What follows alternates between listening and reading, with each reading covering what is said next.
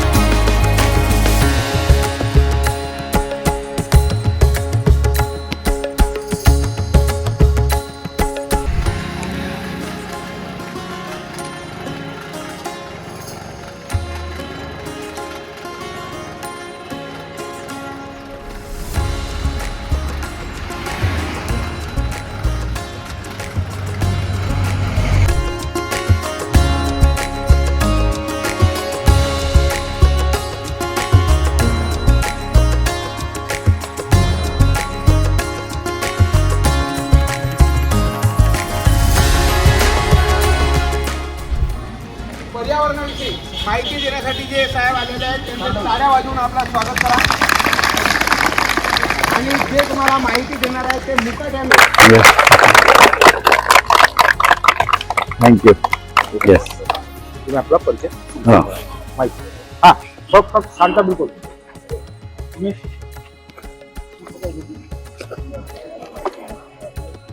हे बघा हे बघा फक्त बोलू नका. पेपर सुरू आहे आपला. विद्यार्थ्यांनो लक्षात ठेवा, मी काय व्याख्यान द्यायला आलेलो नाही. मी फक्त तुमच्याशी संवाद साधायला आलेलो आहे. मी सांगू का, तुमच्यासारखा एक सामान्य अतिशय सामान्य माणूस आहे मी. फक्त माझं वैशिष्ट्य असं आहे की मला वयाला वय होतं माझं 7 ते 8 वर्षाचं होतं. तेव्हापासून माझा चालण्याचा छंद आहे. आला कशात. त्यामुळे मी डोंबिवली मध्ये मी राहायला होतो. तर तिथून मी वाशी, नवी मुंबई, मुंबई सगळीकडे चालत जायचो. आणि सुट्टीच्या दिवशी पण नोकरीत असताना मी कायम चालणं हा माझा छंद आहे. जम्मूचं लष्करी ठाणं तिथं तुम्ही या. त्या ठिकाणी मी सिंगल स्टेप म्हणजे काय माहिती का, नेमकं आपण एक पाऊल टाकलं तर आपण बरंच काही हजारो पावलं आपण चालू शकतो हा विश्वास आहे. आणि ते बघून मला जाम संताप झाला की आणि आपले जवान शहीद झाले आणि मी काय करू शकलो आहे. दिवसाला 30 ते 35 किलोमीटर चालत आलेलो आहे आतापर्यंत. पण आता या वयामध्ये मी बाहेर का पडलो माहितीये का, कारण 73व्या वर्षी शेतकऱ्यांच्या आत्महत्या, तुम्हाला माहिती आहे शेतकऱ्यांच्या आत्महत्या होतात आहे का नाही, तुम्हाला काही माहिती आहे की नाही. हे या मला वेदना देणाऱ्या वाटल्या म्हणून मी पुन्हा 73व्या वर्षी चालायला सुरुवात केली. नाशिक, नंदुरबार, धुळे, जळगाव, बुलढाणा, अकोला, अमरावती, वर्धा, नागपूर, भंडारा आणि गोंदिया आणि आता पुढेही बरेच जिल्हे आहेत. म्हणजे 5 महिने मी या कामासाठी जातो आणि बरोबर 30 ते 35 त्याच्यापेक्षा जास्त शेतकऱ्यांशी प्रत्यक्ष संवाद साधलाय. आलं का लक्षात? आणि त्यांच्या घरापर्यंत मी शेतामध्ये जाऊन त्यांच्याशी मी समजून घेण्याचा मी प्रयत्न करतो आहे. तसेच शाळा कॉलेज मिळतो. आता पण या 31 ऑक्टोबर नंतर 30 ते 35 शाळा माझ्या झालेल्या आहेत. आलं लक्षात? फक्त हे सांगण्यासाठी, कारण आजच्या काळामध्ये बघा, स्वातंत्र्यपूर्व काळामध्ये ना लोकांनी बरंच काही जेल भोगलंय, देशासाठी बरंच काही केलंय. पण आता या काळामध्ये याच्यामध्ये एक देशसेवक कसा व्हावा अशी माझी एक इच्छा आहे. म्हणून मी हजारो विद्यार्थ्यांना भेटायचा प्रयत्न करतो की देशसेवक व्हा. आलं का लक्षात? शांतता, मानवता, शिक्षण, पर्यावरण, कन्या भ्रूणहत्या आजचा हा ज्वलंत प्रश्न आहे आणि यासाठी आणि पर्यावरण सगळीकडे याचं भान प्रत्येकाने ठेवावं अशी माझी इच्छा आहे. आलं कशात? यासाठी मी प्रयत्न करतो आणि आता मी बाहेर पडलो ते याच्यासाठी. महाराष्ट्रासाठी खास मुख्य आव्हान आहे ते पर्यावरण संरक्षण. पर्यावरण मी तर प्रत्येक ठिकाणी बघतोय, कुठेही मॅचिसची टाकी टाकतात आणि गवत आणि वृक्ष जळतात. ते बघून मला फार वाईट वाटतं. खाण्या घेण्यावर त्यांच्या नियंत्रण आहे. तर अशाबद्दल काही तुमच्या मनामध्ये काही कल्पना आली असतील? 11वी 12वीची मुलं आहेत या ठिकाणी. चला उमेश, थोडा काही प्रश्न विचारू पाहिजे. तुम्ही एवढे म्हातारे झाले आणि तुम्ही म्हातारे का म्हटलं? तर तुम्हाला म्हणजे तुमचे हातपाय वगैरे नाही दुखत का? हा, आणि पुढे चालायचं. सकाळी थंडी वाजते, दिवसभर ऊन असतं, तरी पण ब्रह्मांड जे आहे ना, हे बघा, पृथ्वी आहे तुम्हाला माहितीये? पृथ्वी, आप, तेज, वायू, आकाश आणि ब्रह्मांड हे आपल्या पाठीशी असेल ना तर सगळ्या गोष्टी सहज होऊ शकतात. आलं का लक्षात? काही होऊ शकतं, फक्त इच्छाशक्ती पाहिजे. माहिती आता तर शेतकऱ्यांचं जे आत्महत्याचं प्रकरण आहे हे कशामुळे थांबू शकेल? हा, आता मी आणि आपल्या प्रगतीकडे वळेल, हा माझा प्रश्न आहे. बरोबर.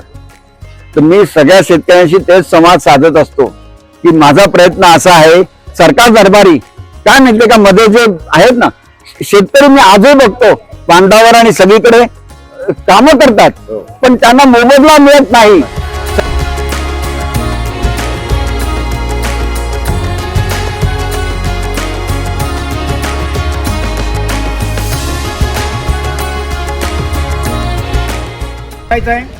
आणि हे पुस्तक शाळेला भेट देत आहेत.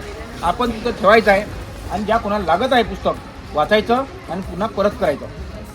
यांच्यापासून आपल्याला काहीतरी शिक मिळते की पदयात्रा करत आहेत आणि संपूर्ण भारतभर निस्वार्थ, यांचा काही स्वार्थ नाही. रिटायर झाल्यानंतर किंवा नोकरीत असताना सुद्धा हे आजपर्यंत त्या भारताच्या जम्मू काश्मीरपासून तर कन्याकुमारीपर्यंत चालत आहे. तुम्ही व्हिडिओ पाहिल्या नाही का? एक सर्वसाधारण व्यक्ती, सर्वसाधारण मनुष्य काय करू शकतो हे त्याच्यावरून आपल्याला काहीतरी शिक मिळत आहे.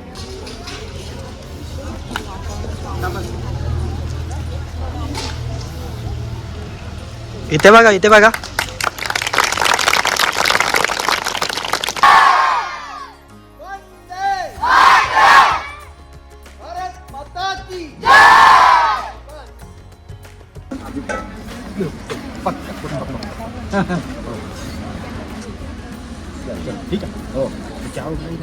नाही चहा वगैरे. आता आम्ही जेवायची वेळ झाली ना, आता आम्ही थोड्या वेळाने कुठेतरी पुढे जाणार, ते जेवण करणार, नंतर थोडा विश्रांती घेणार आणि नंतर पुन्हा चालायला सुरुवात करणार. सर पण 5 वाजता ती शाळा वर्गात लावण्यासाठी एक ठेवून काय? हो हो, ते तुम्हालाच दिलंय. तुम्हाला ओके नाही, कारण आता विश्रांती घेणं आवश्यकच आहे. ओके नाही.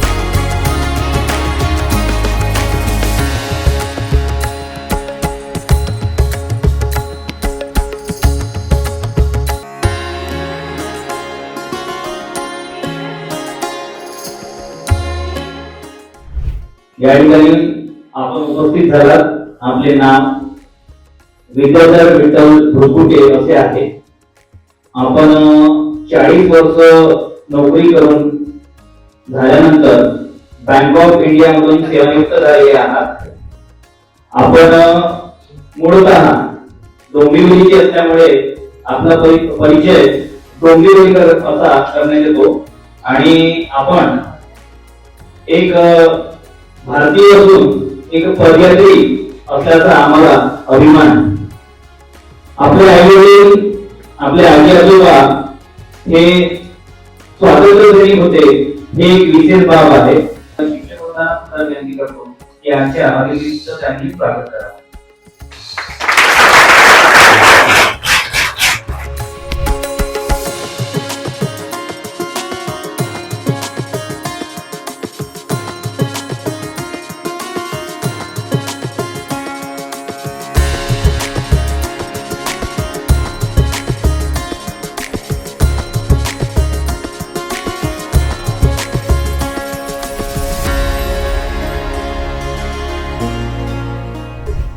असा प्रयत्न कशासाठी, फक्त एवढ्यासाठी नाही, खास शेतकऱ्याला भेटण्यासाठी, कामकऱ्यांना भेटण्यासाठी ही माझी ओढ असते.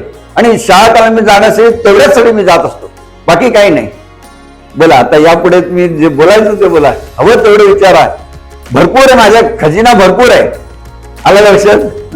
माझ्या मागे व्हॅनिटी व्हॅन असते आणि दिल्लीमध्ये नचनी एक नगली पुणा या ठिकाणा भागात रात्री मी चालत आलं कसं तिथे म्हटलं रात्रीचं नेहमी ना मला प्रश्न पडतो की मुक्काम कसा करायचा. तर म्हणून मी एका ठिकाणी गेलो, नगली पुणा म्हणून, तिथे गेट होतं. त्या गेटच्या इथे मी असा आवाज दिला कि भाई साहब, बहन जी, मैं अंदर आ सकता हूं क्या, मैं पदयात्री हूं. तर त्यांनी सांगितलं यस यस आप आ सकते हैं. म्हणून मी आत गेलो आणि तिथे शेकोटी ठेवली होती आणि शेगडी पण होती आणि गरम पाणी करत होते. तर मी त्यांना विचारलं की आता मला काय पाहिजे माहितीये का, मला प्यायला पाणी हवंय आणि थोडंफार आमची भांडी वगैरे, व्हॅनिटी व्हॅन आहे ना माझी, तुम्ही बघितली असेल, तर तिथे सगळं साफसफाई करावी लागते, पाणी लागतं. तर मिळेल का आम्हाला? त्यांनी सांगितलं मिळेल. आणि मग मला पायांना खूप त्रास होतो, म्हटलं गरम पाणी आपण घेऊया. मग त्यांनी गरम पाणी दिलं मला. मग तिथे मस्तपैकी बसलो, थोडं पायांना गरम म्हटलं आणि मग आमच्या गप्पा गोष्टी. मेन म्हणजे काय, मी त्यांना बोलतं केलं. म्हटलं मी एक पदयात्री आहे, असं असं काय करतोय, काश्मीर ते कन्याकुमारी जात आहे वगैरे वगैरे सांगितलं. मग तुम्ही काय करता वगैरे वगैरे. तर त्या बाईनी त्यांनी सांगितलं की मैं ना, त्यांचं एक याचं मंडपाचं दुकान हे होतं, कॉन्ट्रॅक्टर वगैरे, तिथे सगळं सामान होतं आणि त्यांनी सांगितले आम्ही असे काम करतो. आलं का लक्षात?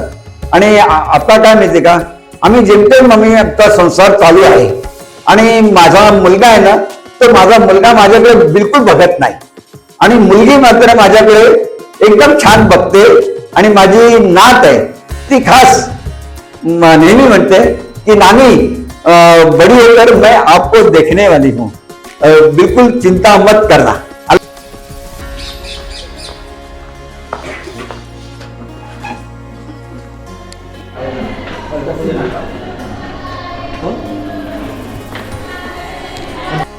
परत आलो मी, तुम्ही माझ्या शाळेत यावं आणि मी तसा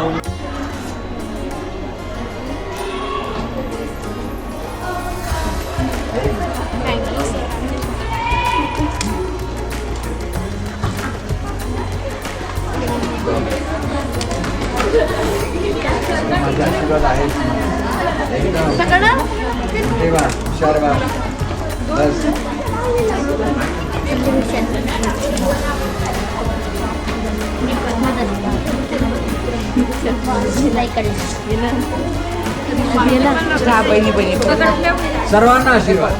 येस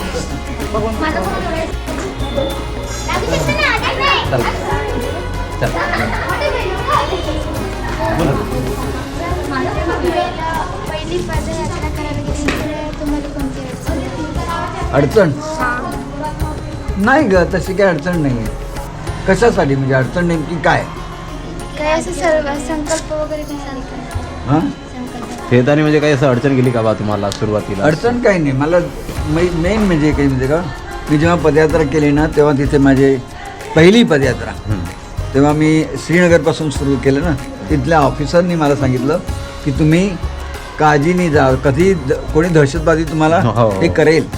तर मी म्हटलं बिलकुल परवा करणारा माणूस नाही आहे मी. तुम्ही नका काही सांगितलं तरी चालेल, मी जाणार म्हणजे जाणार.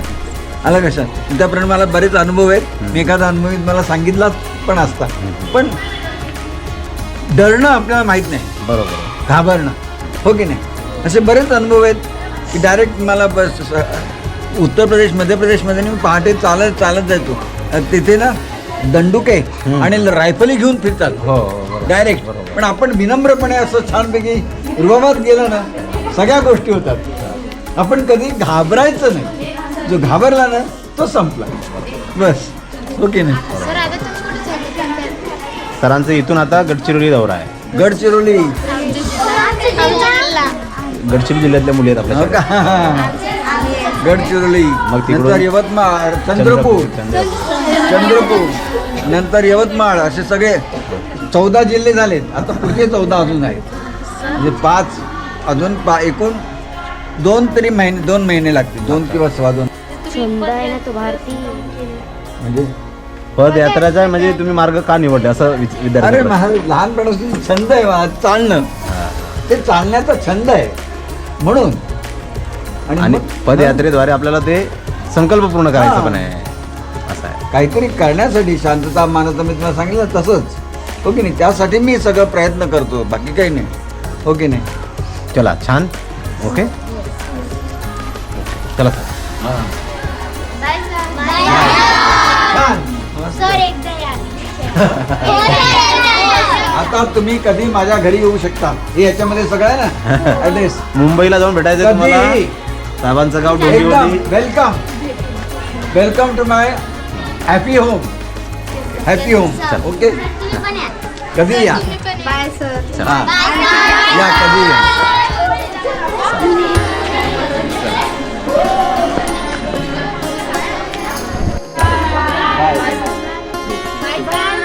Welcome to my happy home Dombivli आहे ना ऍड्रेस. कधी या.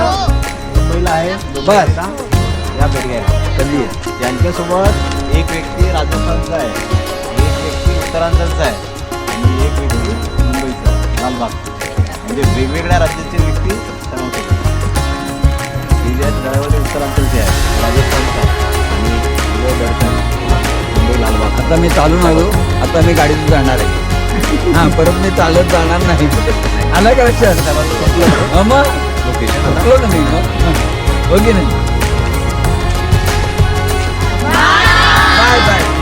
येस.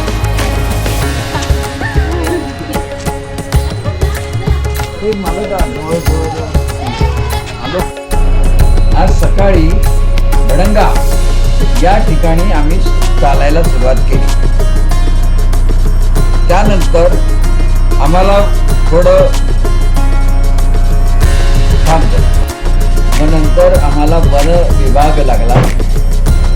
जवळजवळ किमान 5-7 तास चालू होतं. नंतर पुढे जाऊन आम्हाला एक शाळा दिसली रस्त्याच्या बाजूलाच. ती शाळा, आम्ही तिथे 500 विद्यार्थी होते. सचिन स्कूल अशी ती शाळा, आणि तिथे त्यांनी उत्साहाने आम्हाला स्वागत केलं आणि फारच आम्हाला बरं वाटलं, सन्मान मिळाल्यासारखं झालं आणि मी जाम खुश झालो. पुढे चालून आम्ही दुपारी थोडं जेवण वगैरे केलं आणि आज विश्रांती हा प्रकारच केला नाही. तर पुन्हा संध्याकाळी दुसरी शाळा केली आणि तिथेही 200 विद्यार्थी आम्हाला, आणि खास करून विद्यार्थिनी होत्या, आणि त्यांच्याशी संवाद साधला, त्यांना PPT दाखवलं. आणि आत्ता आम्ही या व्यतिरिक्त आम्ही पुन्हा 18 किलोमीटर चाललो आणि आज आम्ही मस्तपैकी जेवण केलंय आणि आता निवांतपणे झोपणार आणि नव्या जोमाने उद्या चालायला सुरुवात करणार. आलं का लक्षात? Good night.